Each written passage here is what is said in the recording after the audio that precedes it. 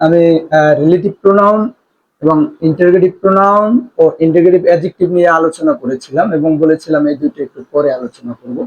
আজকে relative adverb ও interrogative adverb নিয়ে আলোচনা করব।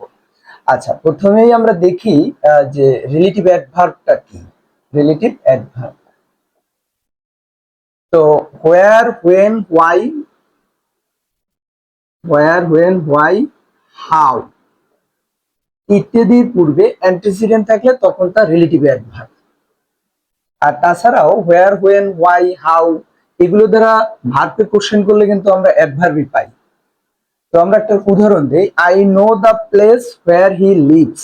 এই যে হোয়ার আছে তার পূর্বে কিন্তু একটা অ্যান্টিসিডেন্ট আছে, তখন কিন্তু এই হোয়ারটা হয়ে যাবে রিলেটিভ অ্যাডভার্ব।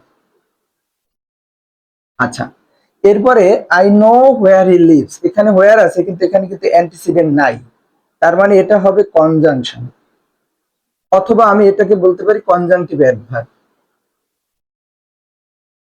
কনজাংটিভ অ্যাডভার্ব বলতে পারি। দেন হচ্ছে গিয়ে আমরা যদি হোয়ার, হোয়েন, হোয়াই, হাউ দ্বারা ডাব্লিউএস কোশ্চেন গঠন করি তখন তা কিন্তু আবার ইন্টারোগেটিভ অ্যাডভার্ব। যেমন আমি যদি বলি যে why have you come here, এখানে তুমি কেন এসেছো, তখন এই হোয়াইতে কিন্তু ইন্টারোগেটিভ অ্যাডভার্ব, তখন কি এটা ইন্টারোগেটিভ অ্যাডভার্ব। আর একটা পয়েন্ট আমি একটু বুঝিয়ে দিতেছি, যেটা হচ্ছে এই যে হোয়ার হি লিভস, এখানে কিন্তু হোয়ার ডাজ হি লিভ হবে না।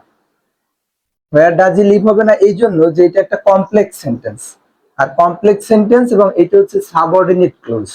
আর কমপ্লেক্স সেন্টেন্সে সাবঅর্ডিনেটের গঠন কখনো WH plus verb plus subject হয় না, কখনোই হবে না এটা, তখন হয়ে যাবে ডাব্লিউএইচ প্লাস সাবজেক্ট তারপরে ভার্ব। Okay, keep learning.